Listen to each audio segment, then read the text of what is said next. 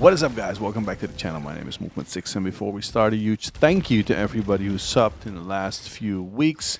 It's a privilege to have you guys on the channel. If you're new here, consider subscribing. You know, I've got a kid to feed. I need to monetize this channel, so help a brother out here.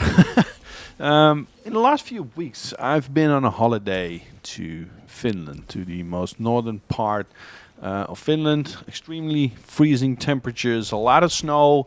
Snowboarding, it was just phenomenal. What an experience that country is. And during my time, I actually thought, you know, do I want to continue constantly upload about Call of Duty on this channel? And the answer is no, I guess. Because there's a lot of negativity. I still play COD and I will still bring opinions about the franchise, but I think I'm going to mix that up with other games as well.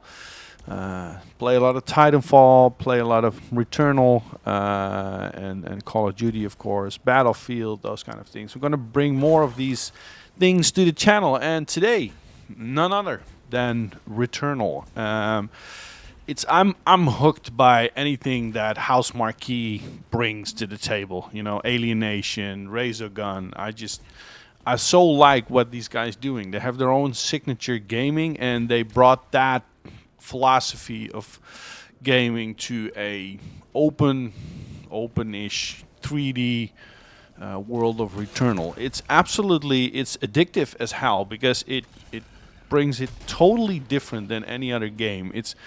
If you haven't played it yet, there are no spoilers in this game, and we'll give you some pro tips that work for me. There are maybe 100 tips you can give. I'm just giving my 10 tips. But before we go into that, the game doesn't progress as any normal game with level 1, level 2, level 3. It's a cycle. And every cycle is new in that sense. You know, it's not that the game world is constantly the same. The rooms are mixed up. The way you play it, every run is different. And if you accomplish to to defeat the boss, then you're off to the second boss, obviously, but you start all over again when you die. You don't have to defeat the first boss again, you can progress, but the reason that you need to do that distance again is to level up your character on all sides. Your weapon, the perks you can bring with you, they all have trade-offs as well. You can take a perk that increases something, but you will have a damage to your suit that you need to repair first. So what this game does so fantastic is trade-offs. Everything has a trade-off. If you make a decision that leads to another issue or not that you need to overcome, and the goal is to be on your max as possible during a cycle, so you can encounter the next boss. That's, I think, besides all the 10 tips I can give you about this game, one thing is always make sure you're fully prepared. If you're not prepared, track back to make sure that you can get those upgrades you need to defeat that certain boss. So if you haven't played it, the story is actually quite simple. You crash land on an island or on a planet, and the planet gives me that Prometheus feel with that soundtrack in it. So and then you need to figure out what the hell is going on there. And constantly when you die, it's Groundhog Day. You start all over again. And the first tip you need to bear in mind is keep moving. Standing still is imminent death. If you think you can just sit in a corner, pop off enemies, no. Short answer is no. You will die a quick and sudden death. Movement, especially the dashing, the longer you hold that button that you've mapped for your dashing, the further your dash goes. So the second thing is master the melee. You will get the saber, sword, or whatever it is quite early in the game. Especially that one, that red one, is something you need to master. You know, for most enemy, it's a one-hit kill, especially in the beginning. For bigger ones, it can actually cripple them. You have that almost tree-like type of guy running around in certain rooms. He's huge. He teleports all over the place. If you just melee this guy, he will go on his knees, and you can unleash your entire hell upon him. So rush to the first boss. I think that is the best thing. The first boss is not that difficult if you know the sequence, of course, and you know how easy you can dodge that. The first boss gives you actually quite some upgrades. So if you're quite good in your health and you got a good gun, just go for it to make sure that you have access to that second cycle, that second part of the cycle. The fourth one is wait with opening your gun boxes. I can't stress this enough. The longer you spend with that first initial pistol you have, the further you level that, the bigger, the better the gun is going to be that you pick out of one of those boxes. So the longer you stay with that gun, the better the gun is. And in that respect, and that's the fifth, bonus damage that you can have on the stats of your weapon, look for bonus damage. If that is high enough, I even would trade it for a lower level gun that has a higher bonus damage, because that really impacts a lot on especially the bosses. The sixth one is actually a pro tip.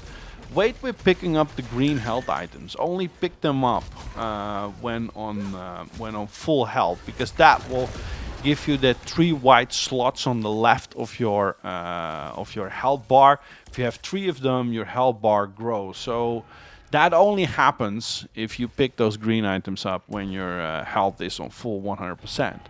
The seventh one, dashing, is your friend. Long press means a longer dash, and you can dash through enemy attacks. Sometimes it can be completely overwhelming with all these types of sequences being thrown at you. They always fire in that signature house marquee type of way, and you can dodge through them. And especially with the bosses that have that huge sequences that just pour out of your over your screen, dash through them as much as possible.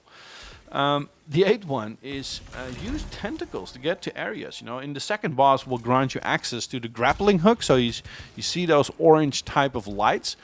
Don't bother about them in the beginning. With the second boss, you will get that grappling hook, but there are still a lot of areas you can reach without having that grappling hook by using those weird tentacle things that drop from the that hang from the ceiling, but they try to grab you. So you can use those things actually as an elevator. So the ninth one, it's house marquee. Learn your enemies, their attacks, their sequences, how they behave. Just learn. They're all repetitive. It's all a system actually, how they work. So if you get to know these enemies and how they differ from each other, you actually are able to draw a plan quite quickly in your head. So the 10th one is understand the trade-off and read before picking up. There are a lot of items out there, and you want to read through what it is before actually adopting it. House Marquee is known for gaining versus trade-off. Every item has an upside and a trade-off.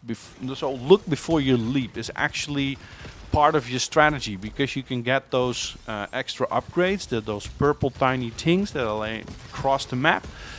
Read them, because they will all give a damage or not. That's the question. Sometimes the risk for a damage is high, sometimes middle, sometimes low.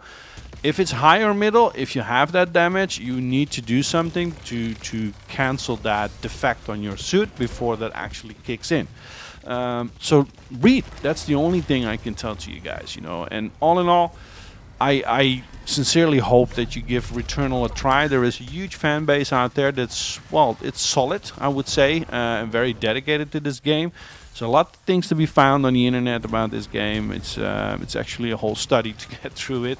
Let me know, guys. I'm just curious. Are you playing Returnal, yes or no? And do you want me to bring other games to the attention as well? Looking forward to your reactions. My name was Movement6, and I will be seeing you on the battlefield.